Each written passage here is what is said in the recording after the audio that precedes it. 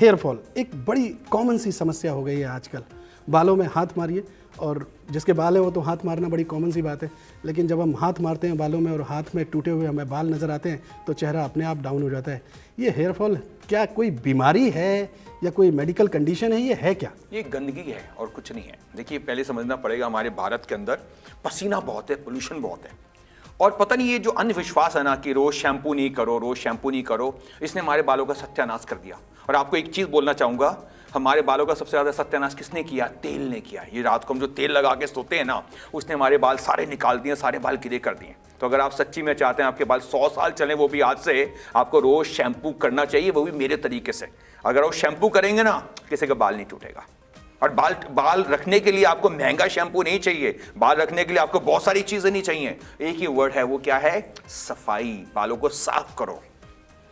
अब जब आप कहते हैं बालों को साफ करें, तो यकीनी तौर पर लोग सुबह सुबह नहाना शुरू करते हैं, या तो साबुन लेंगे या फिर शैम्पू लेंगे, बालों में मलेंगे, बालों की चंपी करेंगे और उसके बाद नहा धो करके कंघी करेंगे और निकल जाते हैं। अब सवाल यह है कि बालों की सफाई करें, तो आप जब कहते हैं बालों की सफाई, तो उसके मायने क्या हो जाते हैं? देखिए, हम लोग रोज नहाते हैं जी, दांत धोते हैं जी, मुंह धोते हैं, ये बाल नहीं धोता कोई। जब आप इस पोर्शन को धोएंगे नहीं तो क्या होगा? पसीना आएगा और हमारी बॉडी का जो ऑयल है ना, वो चिपक जाता है, और वो चिपक के क्या बनता है? रूसी, जिसको हम लोग बोलते हैं डैंड्रफ। तो जो डैंड्रफ है बालों का एक तरह का पॉइजन है, और वो सबसे बड़ी बीमारी है। और जो भी आदमी ऐसे खुजलाता रहता है ना बालों के अंदर, उसके बाद उसके बाल टूटने वाले। तो बालों की निशानी क्या है, वो कितने हेल्थी हैं, ये नहीं होना चाहिए। जितनी ईचिंग होगी इतना जल्दी बाल टूटेगा। और मेरा आंसर क्या है? रोज धो, रोज शैम्पू करो। और शैम्पू कैसे करेंगे? मेरे तरीके से। पहले बालों को गीला करेंगे, सबसे इंपॉर्टेंट, फिर लगाओ तेल। लेकिन चंपी मत करना। हम लोग क्या करते हैं? चंपी करते हैं।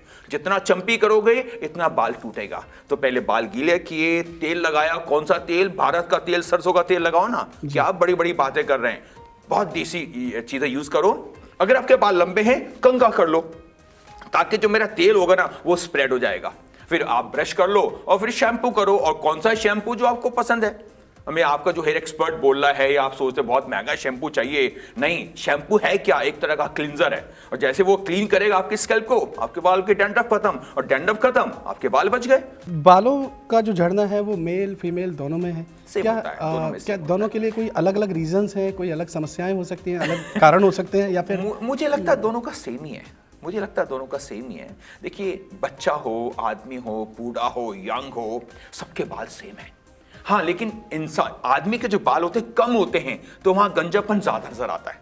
और जो फीमेल के बाल होते हैं वो ज्यादा होते हैं, तो वहां गंजापन नजर नहीं आता है। तो मुझे लगता है कि ये जो फॉल है ये सब में सेम है। वो ब्लॉन्ड बाल हों, या हमारे अफ्रीकन बाल हों, या हमारे साउथ इंडियन बाल हों, या हमारे नॉर्थ इंडियन बाल हों, फॉल ही होता है।